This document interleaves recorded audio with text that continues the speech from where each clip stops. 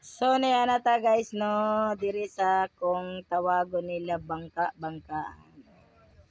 Tanawan ninyo guys ang amuang mga itsura. Mura nag mga kalibangon ang nawong. Sobrang kalipayon kaayo kay nabugnawan man.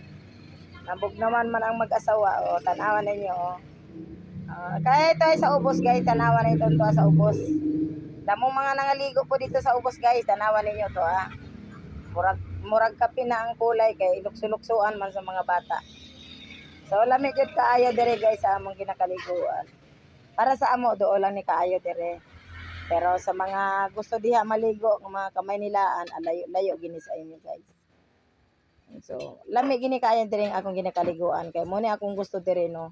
Naa ka ng tubig ang nagabagsak nagaputi. Lami ba yan among bagsak sa imo ang likod ba kay mura ginaduot-duot yung likod nimo ba. Mura ginamassage pa imong likod. Kaya nawala ang sakit-sakit sa akong likod pa. Ay lami ginakaayo niya. Naa pa yan na kanay among gidasuro sandig-sandigan oh. Na mga bato-bato oh. Oh. Naa pa na yung palibot sa mga puno ano, mga dagko kaayo mga puno guys.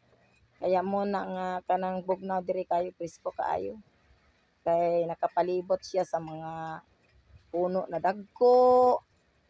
Dagko kayo kana mga buho na. Na mga buho na mo na ang ginagikanan ang mga tubigan. Kay pag may mga buhuan kuno talagang matubig ang lugar.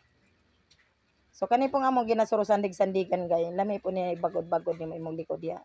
Naida ko kayong bato. Kalami jud kintawon sa mga view dami mga puno. So kay ka presko gi kaayo. Sa among pamatiyag. So sa mga gusto diha, sa mga nag-comment diha ni aning video nga og diini dapit ni Alan dire sa amo ni sa Barangay San Salvador. Malapit siya sa Ongga Falls pero ang Ongga Falls ay bawal na po maligo doon. So ni Arane banda sa amo lang, malapit lang talaga ito. At tiyak kung ito ay mapuntahan nyo, di kayo magsasawang babalik-balikan nyo guys. So yun lang guys no, pa-share lang ko kanya nitong video. Salamat.